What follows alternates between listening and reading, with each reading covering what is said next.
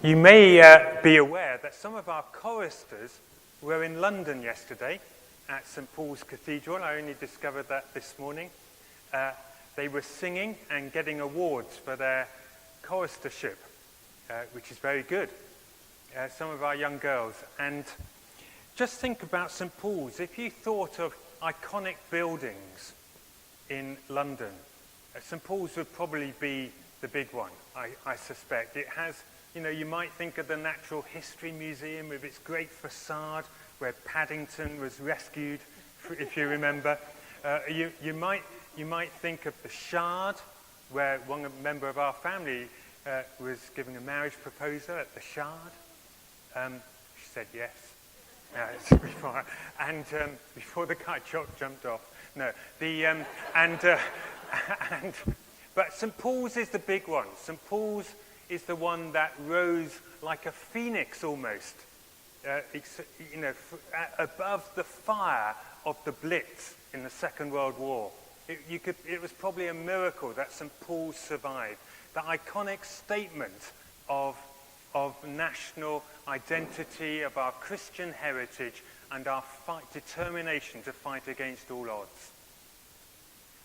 Cast your mind now to Jerusalem in first century Palestine. That is the iconic center, the epicenter of the Jewish faith. This is the place where heaven and earth come together. It is the place that attracts Jews from all over the world at the different festival times. And Jesus and his disciples were just leaving the temple precincts when his disciples turned to him and said, "What magnificent buildings!" And Jesus cuts through. He undermines their confidence and says, "You see these stones? All of them will come down. Not one will be remaining on another. Its splendor won't last." Can you just imagine that in St. Paul's if it hadn't survived? What a disaster that would be. A real blow to national confidence. And yet, Jesus' words were fulfilled. Just about 30 odd years later, the temple was destroyed after an uprising because the Jewish people had an existential crisis. They were fighting the Romans. There was an uprising. It was almost called the Jewish Popular Front. And it was a front against the Romans, AD 66. And in AD 70, the Romans destroyed the temple. It all crashed down around them. And the letter that we had read, the Gospel, St. Mark, was written to the Christian community just before that time of the temple being destroyed, probably.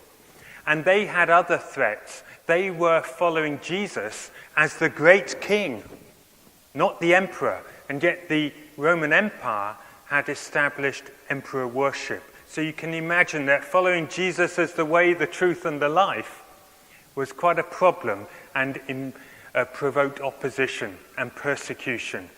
So that was the context of our reading.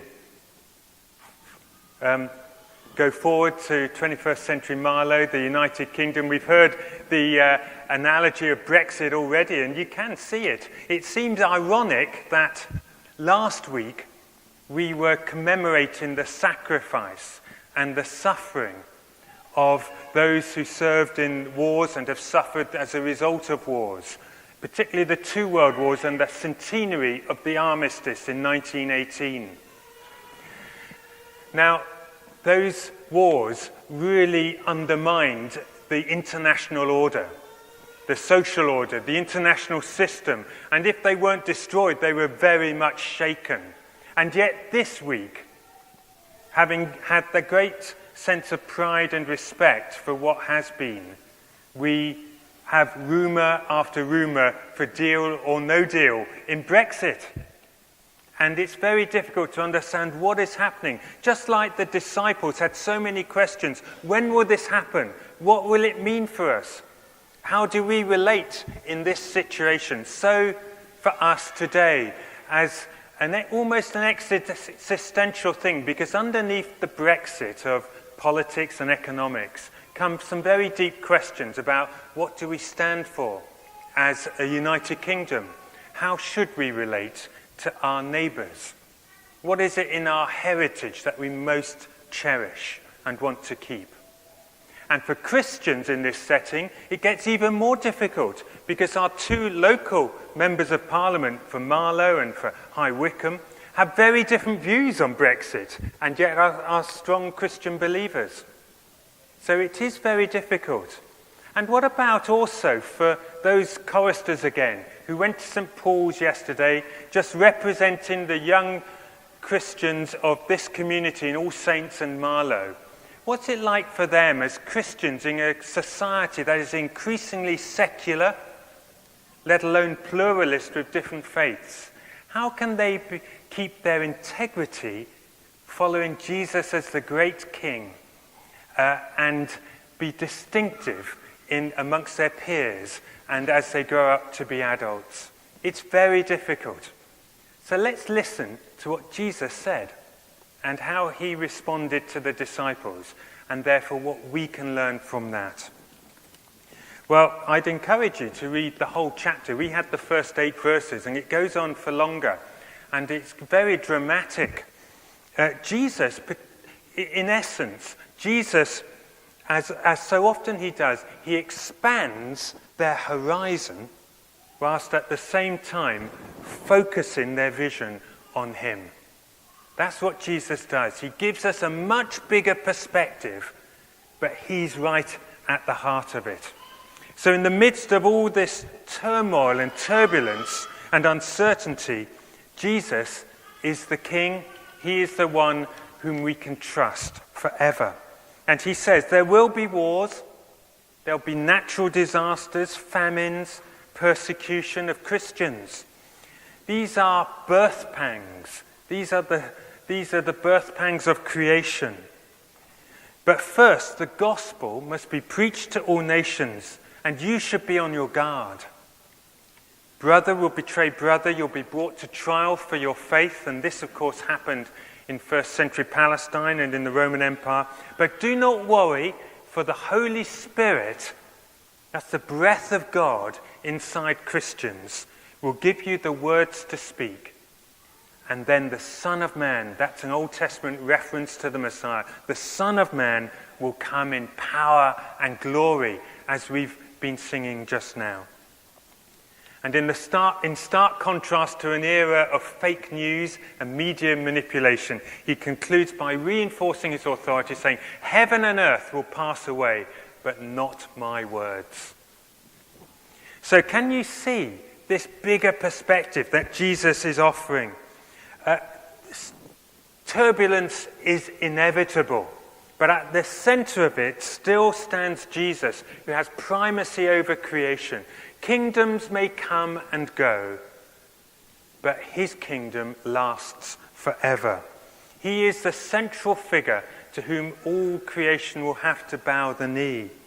He is, if you like, the great high priest, and he has no need of an earthly temple because heaven and earth meet in the person of Jesus. And as he said in John's Gospel, destroy this temple, referring to himself, and I will rebuild it in 3 days. And that refers to his destruction, of his destroying the power of sin and evil and death on the cross, and then conquering it by rising from the grave. And we stand in the light of all of that. Now, I'm not saying, when I say that he doesn't need an earthly temple, that we don't need a St. Paul's, that we don't need an All Saints Marlow. These are wonderful places for Christians to gather, sacred spaces set apart for Christian teaching and worship and fellowship. But what we do need to do is keep Jesus at the center.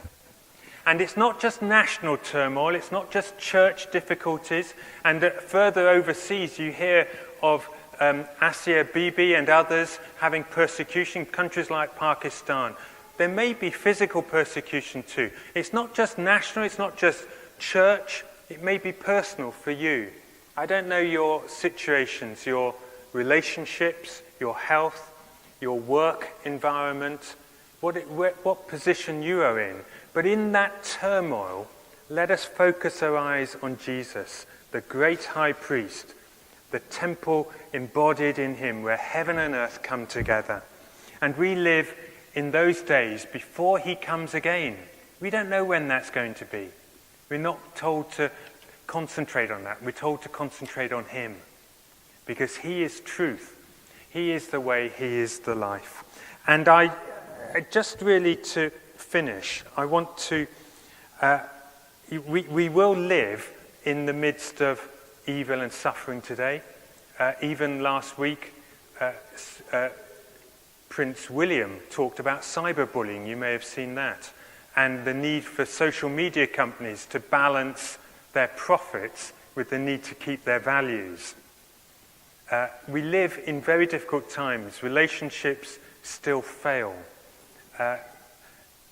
But if we keep our eyes on Jesus, then we get an eternal perspective that will help us today. And he calls us to be a living temple ourselves.